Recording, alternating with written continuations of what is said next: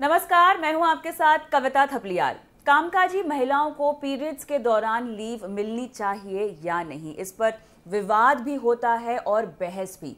सालों से भारत में पीरियड लीव की मांग भी होती है तो कई इसका विरोध भी करते हैं। खुद महिलाएं भी देखा गया है कि इसका विरोध भी करती हैं। पर अब सुप्रीम कोर्ट ने पीरियड लीव पर केंद्र सरकार को एक मॉडल पॉलिसी बनाने के निर्देश दे दिए हैं। Chief justice DY Chandrachud, justice JB Pardiwala और जस्टिस मनोज मिश्रा ने जो उनकी बेंच का गठन हुआ है उसमें कहा गया है कि पीरियड लीव नीति से जुड़ा मुद्दा है और इस पर अदालत में विचार नहीं किया जा सकता है। बेंच ने कहा है कि अदालत अगर फैसला सुनाती है तो ये महिला कर्मचारियों के लिए हानिकारक हो सकता है और कंपनियां जो हैं महिलाओं को नौकरी पर रखने से बच सकती हैं। कोर्ट ने कहा है कि असल में ये सरकारी नीति का मामला है और अदालत को इस पर गौर नहीं करना चाहिए। तो आज चर्चा इसी मुद्दे पर करेंगे। महिलाओं को पीरियड लीव मिले या नहीं, क्यों जरूरी है पीरियड्स में छुट्टी लेना, किन देशों में आखिर पीरियड लीव दी जाती है और पीरियड लीव का जॉब पर, महिलाओं की नौकरी पर कितना असर पड़ेगा। मेरे साथ खास मेहमान भी जुड़ गए हैं, एक एक करके इनका परिचय भी करवाती हूँ। मेरे साथ दिव्या कामिरकर, CEO और को-फाउंडर पिंकी प्रॉमिस जुड़ गई हैं। Surbhi Sahay, senior manager Moving Express Private Limited. Sana Raees Khan, counsel Bombay High Court Supreme Court. और साथ ही Mansi Chaudhary, corporate lawyer, founder of Pink Legal, माफ कीजिएगा। चलिए, आप सभी का स्वागत है हमारी इस बेहद खास पेशकश में। एक एक करके इस मुद्दे को हम शुरुआत से शुरू करते हैं। तो मेरे ख्याल से एक मेडिकल पहलू मुझे लगता है कि जान लेना ज़रूरी है कि आखिर पीरियड्स के दौरान छुट्टी क्यों मिलनी चाहिए। हम महिलाएं हैं, शायद हम इस बात को जानती हैं, समझती हैं, लेकिन बहुत से ऐसे लोग हैं जो पीरियड लीव का विरोध भी कर रहे हैं। मेरे ख्याल से उनके नज़रिए से सवाल का जवाब बनता है। और दिव्या, मेरे ख्याल से आप इस मुहिम से काफ़ी समय से जुड़ी हुई भी हैं। बताइएगा, मेडिकली ज़रा समझाइएगा कि पीरियड्स के दौरान छुट्टी क्यों ज़रूरी है। Thank you Kavita ji. मैं एक वुमेन्स हेल्थ कंपनी चलाती हूँ, so not just women's health but also as an employer मैं बात कर सकती हूँ। But the reality is that in an all India survey हमें ये पता चला कि 53% वुमेन को पीरियड्स के टाइम पे सिवियर पेन होता है और 80% से ज्यादा महिलाएं पीरियड्स के टाइम पे पेन किलर्स लेती हैं। हमारी इंडिया में आप अगर सोच सकते हैं तो हमारी लेबर वर्कफोर्स पार्टिसिपेशन बहुत लो है, 33% है हमारा लेबर वर्कफोर्स पार्टिसिपेशन। सो ऐसे चीजों के वजह से अगर एक महिला को लगता है कि पीरियड्स के टाइम पे मुझे बहुत पेन होती है और मैं बिल्कुल काम पे नहीं पहुंच सकती हूँ, मैं काम नहीं कर सकती हूँ, तो अगर वर्क प्लेसेस में इन चीजों के लिए प्रोविजन नहीं है, हम महिलाओं को कंफर्टेबल नहीं बना सकते हैं, तो फीमेल लेबर वर्कफोर्स पार्टिसिपेशन ऐसे ही लो रहेगी ना। तो जब जस्टिस चंद्रचूड़ ने ये बोला कि ये महिलाओं के खिलाफ जा सकती है, इनफैक्ट मुझे लगता है कि that is not correct at all. Period pain महिलाओं के लिए बहुत, पीरियड लीव महिलाओं के लिए बहुत बेनिफिशियल है, बिकॉज मेडिकली स्पीकिंग कभी कभी पीरियड पेन इतना सिवियर होता है कि it is almost like a heart attack. And so ऐसे दिनों के टाइम पे एज एन एम्प्लॉयर मैं नहीं चाहूंगी कि दे वुड एक महिला को मैं फोर्स करूंगी to come to work. And ये महीने में एक दिन के बारे में बात कर रहे हैं। जापान जैसे देशों में 1947 से पीरियड लीव है, रिसेंटली स्पेन में भी पीरियड लीव इंस्टीट्यूट किया गया है। तो हमारे इंडिया में जब हम ऐसे लो फीमेल वर्कफोर्स पार्टिसिपेशन के अगेंस्ट में हम लड़ रहे हैं, तो something like period leave is in fact going to be very beneficial, वो महिलाओं को बहुत हेल्प करेगा। I also feel like as an employer मैं चाहूंगी कि बेस्ट टैलेंट अट्रैक्ट करना हो, राइट। एंड इतने सारे स्टडीज में हमें ये पता चल गया है कि महिलाएं अच्छे टैलेंट है, बहुत अच्छा काम करते हैं, उनकी रिटेंशन रेट्स बहुत हाई है।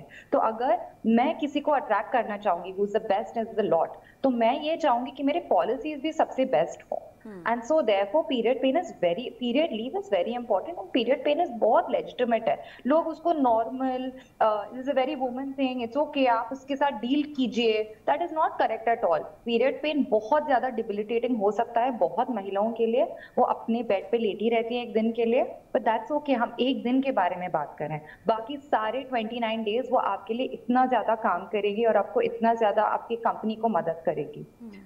सो इसको रिकॉग्नाइज करके एम्प्लॉयर्स को भी पीरियड लीव के बारे में बहुत सीरियसली सोचना चाहिए। ये नहीं सोचना चाहिए कि इट इज फेवरेटिज्म, ये सोचना चाहिए कि प्रीवियसली महिलाएं वर्क प्लेसेस में नहीं थी, उनके लिए पॉलिसीज नहीं बने हुए थे, and this is an essential policy workforce participation को एनकरेज करने के लिए। चलिए, यहाँ पर काफ़ी अहम बातें आपने सामने रखी है मेडिकली, क्योंकि हम सब जानते हैं कि छुट्टी लेना क्यों ज़रूरी है, हम भी महिलाएं हैं और जी हाँ, एक क्या दो दो तीन तीन दिन तक हमें पेन किलर्स लेनी पड़ती है, दर्द इतना ज़्यादा होता है।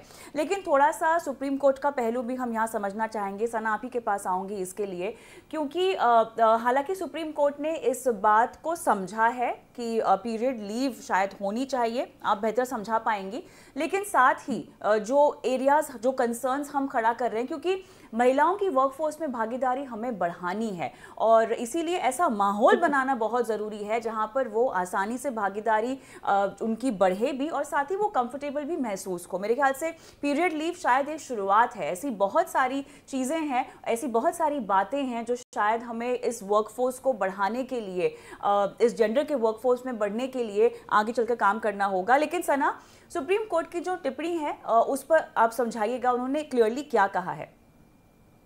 अगर आप देखें तो ये order is not entirely against women.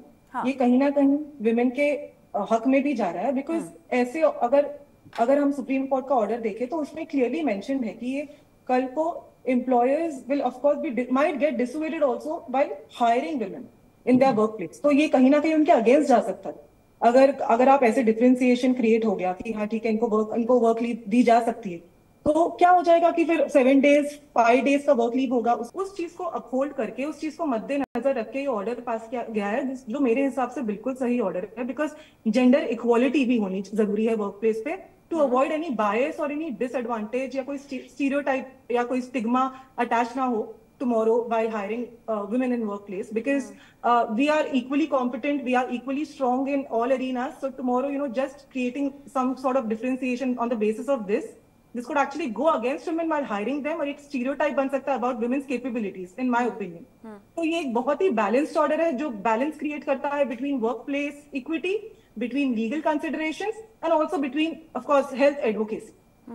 और ऑब्वियसली ऐसा नहीं है, उन्होंने ये सुप्रीम कोर्ट के ऑर्डर में ये भी है कि एक मॉडल पॉलिसी फ्रेम की जाए, वो उन्होंने गवर्नमेंट को ये भी सजेस्ट किया है। So all in all it's a very balanced order जो हर चीज को मद्देनजर रख के पास किया गया है। मेरे हिसाब से हम absolutely in support of the supreme court order, because ताकि कल को कोई स्टीरियोटाइप या बायस ना हो, while hiring women, and this might actually become disadvantageous for women while hiring them tomorrow in the workplace. So I think it's a very fair and balanced order.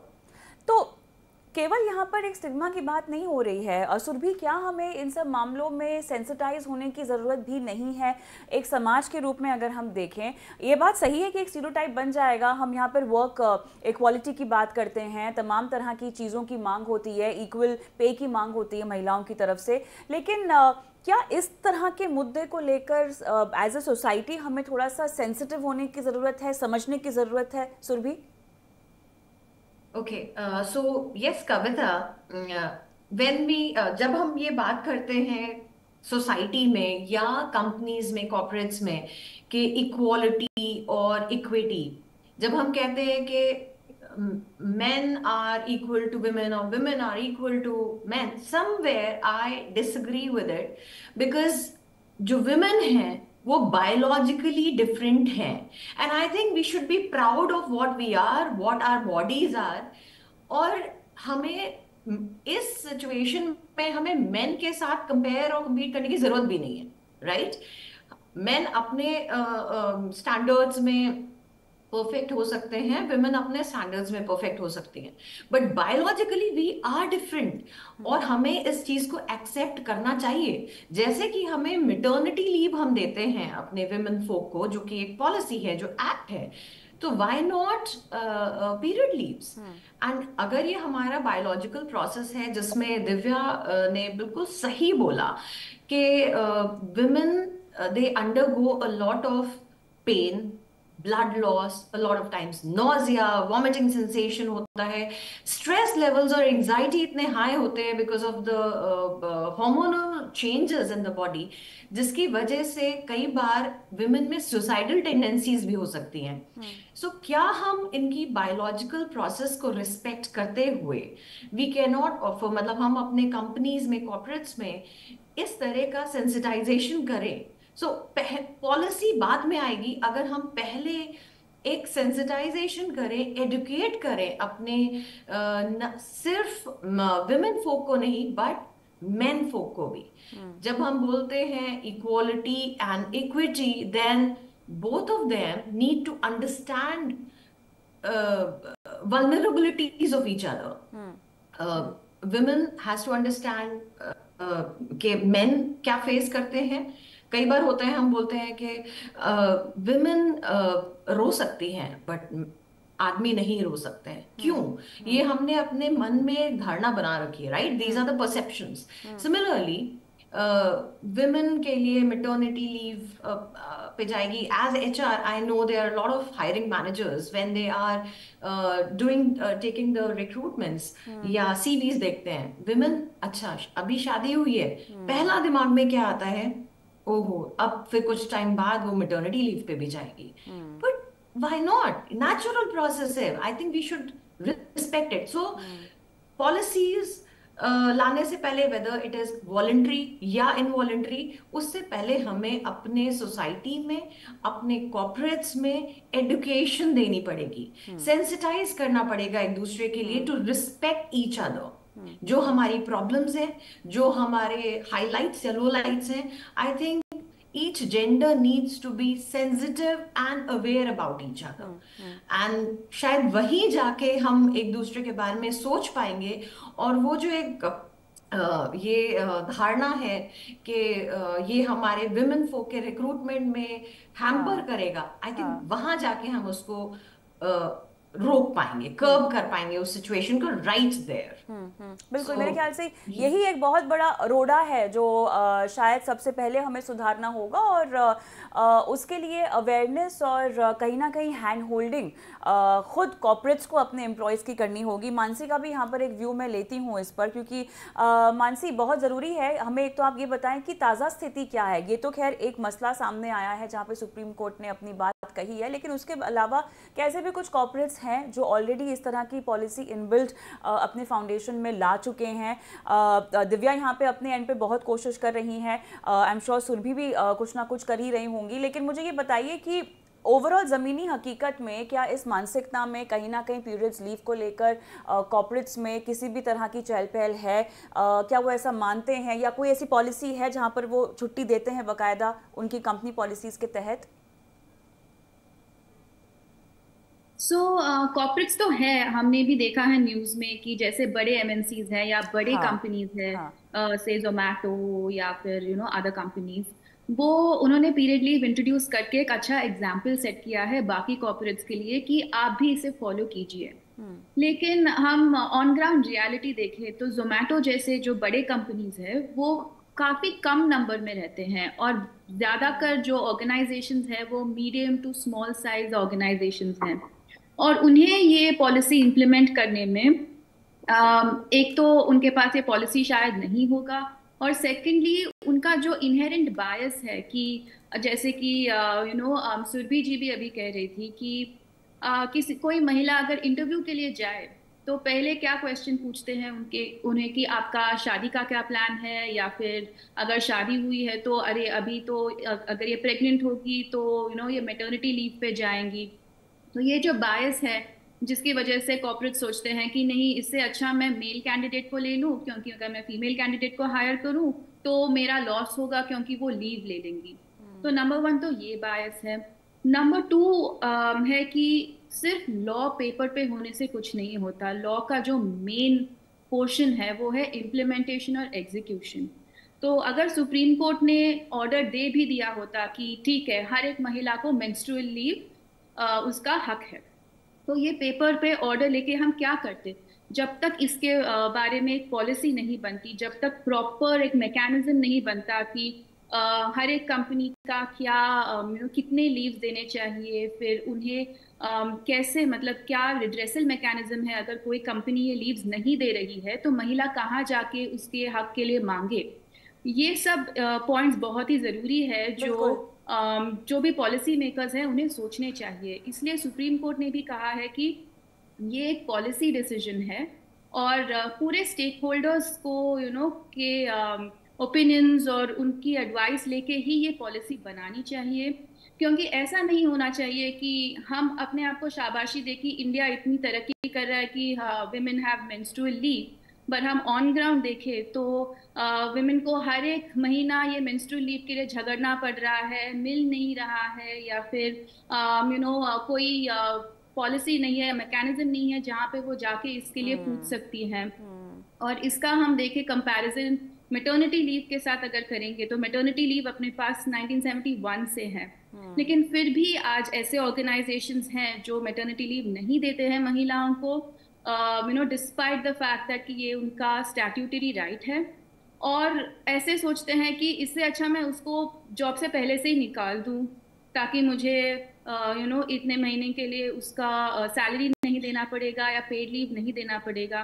तो ये जो बायस है, जब तक हम सोसाइटी को ना बदले, जब तक हम लोगों का माइंडसेट ना बदले, तब तक पेपर पे लॉ आके महिलाओं के लिए हमें अच्छा तो लगेगा कि हाँ ठीक है, सुप्रीम कोर्ट या फिर हमारे पॉलिसी मेकर्स ने हमारे बारे में सोच के ये पॉलिसी दी है, पर हमें एक्चुअल ऑन ग्राउंड बेनिफिट तो नहीं मिलेगा जब तक हम ये पूरे स्टेप बाय स्टेप इम्प्लीमेंटेशन नहीं करते हैं। बिल्कुल। तो कथनी और कर्मी में फ़र्क नहीं होना चाहिए, कथनी और करनी दोनों में मैच करना बहुत ज़रूरी है। तमाम पॉलिसियाँ भले बनाई जाएं, उनको इम्प्लीमेंट आपको सही तरीके से करना होगा, जिसके लिए बहुत जागरूकता की ज़रूरत होगी। लेकिन दिव्या, महिलाएं भी ऐसी होती हैं जो इस तरह की लीव्स का जो है वो विरोध करती हैं। हो सकता है वो बहुत ज़्यादा एम्बिशियस हो, और क्योंकि हम ऐसे पुरुष प्रधान समाज में रहते हैं जहाँ पर कहीं ना कहीं दिमाग में और माइंडसेट आपका ऐसा है कि आपको एक पुरुष की तरह ही अगर आगे बढ़ना है या उनसे आगे बढ़ना है तो उन्हीं की तरह रहना होगा, उन्हीं की तरह की काबिलियत से ज़्यादा आपको परफॉर्म करना होगा।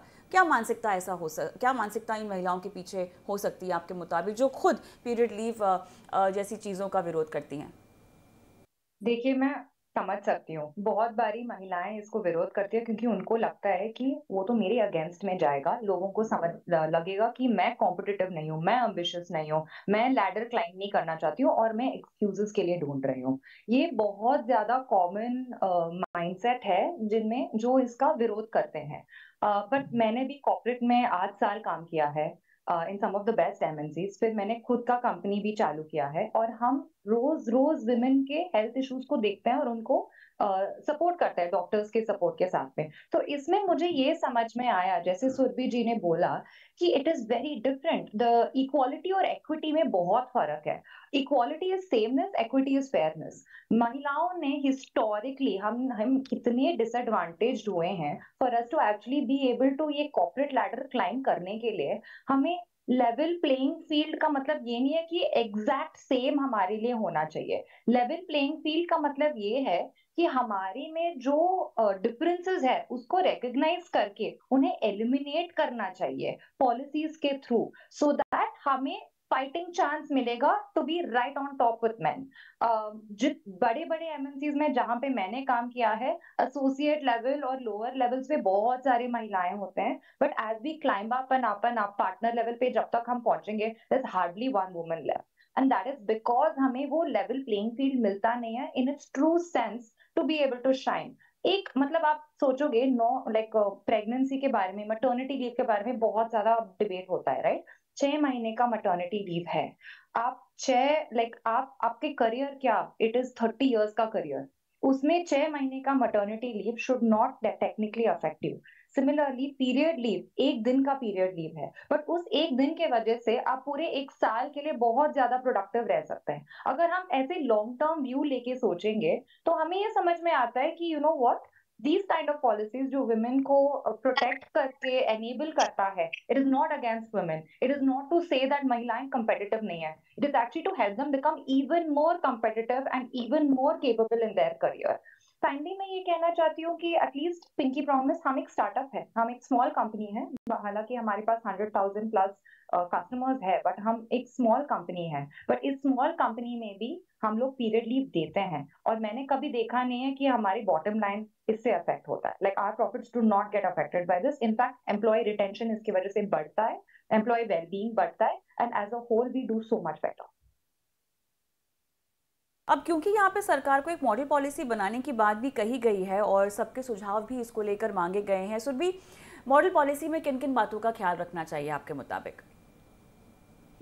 सॉरी कविता, आपकी आवाज थोड़ी कम आ रही है मुझे, क्या आप रिपीट कर सकती हैं? क्योंकि एक मॉडल पॉलिसी बनाने के लिए अब कहा गया है सुप्रीम कोर्ट की तरफ से, तो सरकार को बनानी है, तो हमने तमाम मुद्दों पर बात की है कि कैसे सेंसिटाइज करने की ज़रूरत है और कैसे महिलाओं को भी ये आश्वस्त करने की कोशिश यहाँ पर करनी होगी कि आपके करियर को लेकर किसी भी तरह की यहाँ पर रोक नहीं लगेगी, आपको मौक़ों की कमी नहीं होगी। मेरे ख्याल से ये एक सबसे बड़ा डर है जो महिलाओं में रहता है, भले ही वो मैटरनिटी लीव की अर्जी देती हैं, शादी की अर्जी देती हैं, शादी के बाद जब बच्चे भी हो जाते हैं तो वो भी एक कंसर्न रहता है एम्प्लॉयज़ के जहन में कि अच्छा अब तो बच्चे हो गए हैं तो ये छुट्टियाँ ज़्यादा लेंगी, ज़्यादा कम समय काम करेंगी, तो इनका जो प्रोडक्टिविटी लेवल है वो भी कम हो जाएगा।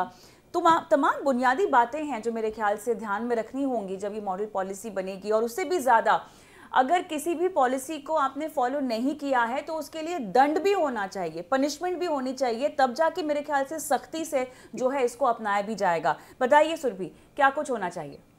हाँ जी, कविता, मैं बिल्कुल सहमत हूँ आप जो बोल रहे हो, और अभी जो दिव्या ने भी बोला, I completely agree with what she said. जो आपने भी पॉलिसी के बारे में बोला, मैं सिर्फ एक चीज और ऐड करना चाहती हूँ वहां पे, जो आपने बोला कि कई बार ये पॉलिसीज ना होने की वजह से जो लोगों को लगता है कि अगर हमने इनको लीव दे दी या अगर हमने विमेन फोक हायर कर लिया तो इन प्रोडक्टिविटी लॉस होगा। क्यों? क्योंकि महिला मेटर्निटी लीव पे जाएगी, महिला को पीरियड लीव दी तो अगेन लॉस है। But believe you me, as per an analysis, a research, around 8.9 days का लॉस होता है प्रोडक्टिविटी में अगर महिलाएं सफर करती हैं because of the excessive pain in the period, and उसके बाद वो या तो छुट्टी लेती हैं या उसी हालात में ऑफिस में काम करती हैं। सो बिलीव यू में अगर उस सिचुएशन में उनसे हम काम कराएंगे तो शायद हमारी प्रोडक्टिविटी लॉस ज्यादा है। And also when I talk about men and women productivity, I think again no biases, but women folk are more productive, okay, because वो शायद अपना टाइम मैनेजमेंट ज्यादा अच्छा जानती हैं as compared to men। वो घर भी संभालती हैं, बच्चे भी संभालती हैं, फैमिलीज भी संभालती हैं, ऑफिस भी संभालती हैं, एंड XYZ थिंग्स, फाइनेंशियल्स भी संभालती हैं। So they know their time management better. तो इसलिए प्रोडक्टिविटी डेफिनेटली एनहांस ही होगी अगर ये पॉलिसीज आती हैं। So coming back to the answer जो आपने बोला कि एक जो मॉडल पॉलिसी बनाई जाए, मेरे हिसाब से बिकॉज अभी भी हमारे कंट्री में दो अलग अलग तरह के धारणाएं हैं, एंड स्पेशली विमेन फोक से ही अलग अलग तरह की धारणाएं आ रही हैं। जैसे हमारे मिनिस्टर स्मृति ईरानी ने भी यही बोला था कि वी आर नॉट हैंडीकैप्ड, सो ऐसी पॉलिसी नहीं होनी चाहिए या पीरियड लीव नहीं होनी चाहिए। सो मैं ये बोलती हूँ कि अगर कंपनीज को हम ये ऑफर करते हैं policy, to have a policy, the companies are free to adopt it as a voluntary or involuntary thing, okay? Policy हो voluntary for women, अगर हम, मुझे लगता है मेरी body as a woman may be different from any other woman, right? हो सकता है मुझे पीरियड्स में उतने पेन नहीं होते हो जितने किसी और को होते हो।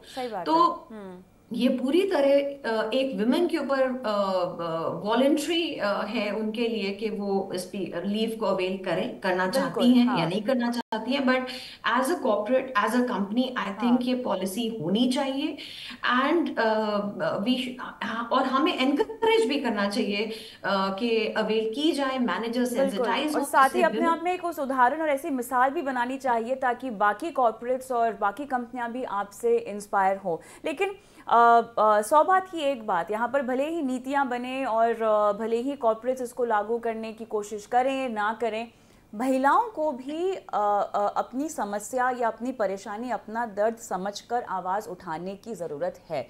बहुत ज़रूरी है कि वो भी नोटिफाई करें और वो भी इस तरह की पीरियड लीव जैसी बातों को समझे, उसकी ज़रूरत को समझे, क्योंकि एक महिला ही है जो घर बनाती है, एक महिला ही है जो आगे चलकर अपनी बेटी को भी ये सारी बातें समझाती है। तो जैसा कि हम सब कहते हैं कि घर का माहौल और घर की परवरिश और घर में जो आपको बताया गया है, बचपन से सिखाया गया है, वो ही आगे चलकर आप अपने जीवन में भी बहुत हद तक लागू करते हैं। तो महिलाएं एक ऐसा माहौल भी क्रिएट कर सकती हैं जहाँ वो खुद आवाज़ भी उठा सकती हैं और अपने हक की मांग कर सकती हैं। मेरे ख्याल से इसी नोट के साथ इस चर्चा को मैं यही समाप्त करूँगी। समय मेरे पास ख़त्म हो चुका है। सवाल भले ही बहुत हो, लेकिन आप सब ने अपना कीमती समय मुझे दिया और इस चर्चा में मार्गदर्शन किया। हमारे दर्शकों का बहुत बहुत धन्यवाद। नमस्कार। मुझे भी आज के इस शो में इजाज़त दें। नमस्कार।